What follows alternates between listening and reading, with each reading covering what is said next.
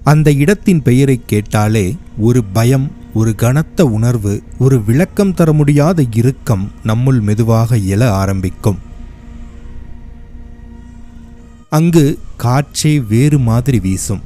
அங்கே அமைதி கூட ஒரு சத்தம் போல இருக்கும். உயிரோடு இருப்பவர்கள் அங்கே யாரும் நீண்ட நேரம் நிற்க மாட்டார்கள். ஏனென்றால் இது வெறும் இடம் அல்ல, இது உண்மையின் உறைவிடம். அதுதான் சுடுகாடு. அங்கே ஒவ்வொரு நொடியும் ஒரு வாழ்க்கையின் முடிவு நடக்கிறது. ஒரு குடும்பத்தின் நினைவுகள், ஒரு மனிதனின் ஆசைகள், ஒரு உடலின் பயணம் எல்லாம் அங்கே தீயில் கரைந்து விடுகிறது.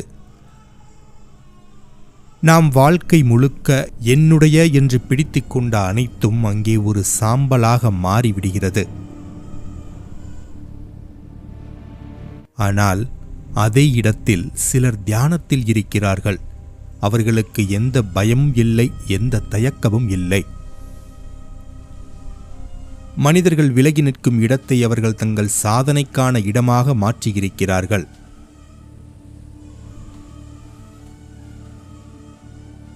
மரணம் பற்றிய பயம் அவர்களுக்கு கிடையாது. அசிங்கம், அழகு என்ற பாகுபாடு இல்லை.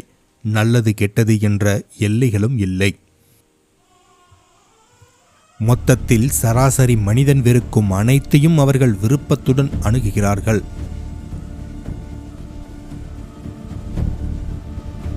ஏன், எதற்காக இந்த மாதிரியான ஒரு வாழ்க்கை? எதற்காக இந்த அளவுக்கு தீவிரமான சாதனை?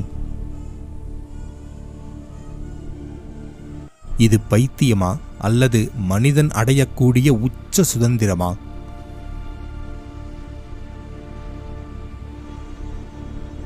இந்த மர்மமான வாழ்க்கை வாழும் மனிதர்கள்தான் அகோரிகள்.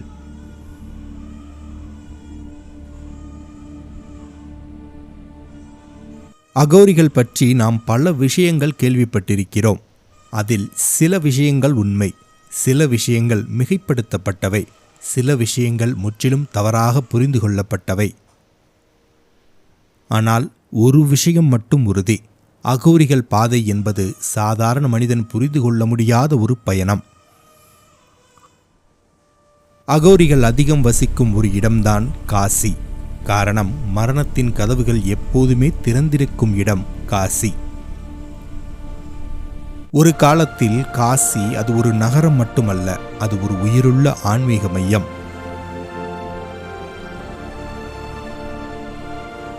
அங்கே வீதிக்கு வீதி ஞானம் பெற்றவர்கள் இருந்தார்கள்.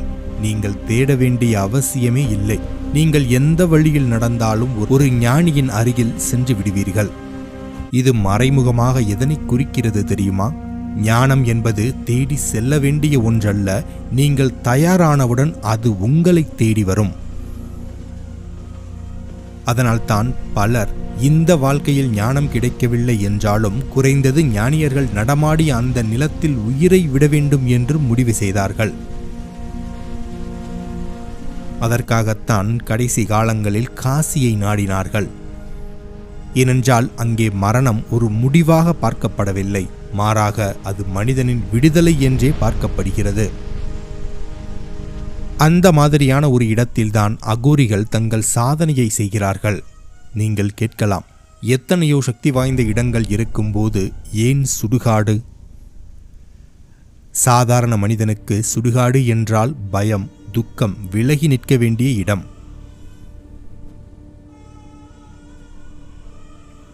ஆனால் அகோரிகளுக்கு பார்த்தால் அது உண்மையின் மையம்.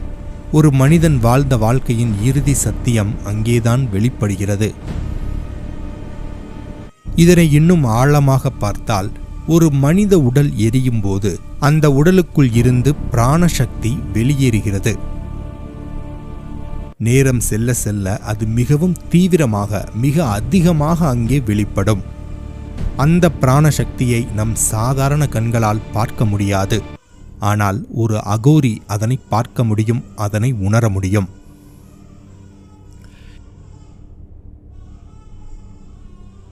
இறந்த உடலில் இருந்து வெளிப்படும் பிராணசக்தியை பயன்படுத்தி தான் ஆன்மீக வளர்ச்சியை வேகப்படுத்துவது அகோரியின் முக்கியமான சாதனாக்களில் ஒன்று.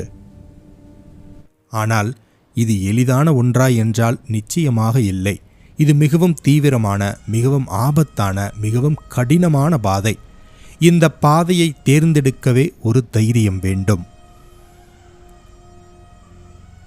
இன்னொரு மிக முக்கியமான விஷயம், அகோரியின் வாழ்க்கையின் மையம் விருப்பு வெறுப்பு இல்லாமை. நாம் எல்லோரும் பிடித்ததை பிடித்துக் கொள்கிறோம், பிடிக்காததை தள்ளிவிடுகிறோம். அதுவே ஆன்மீக பாதையில் பெரிய சிறை போன்றது. ஏனென்றால் நாம் பிடித்ததை மட்டும் தேர்வு செய்தால் நாம் கட்டுப்பட்டவராகவே இருப்போம்.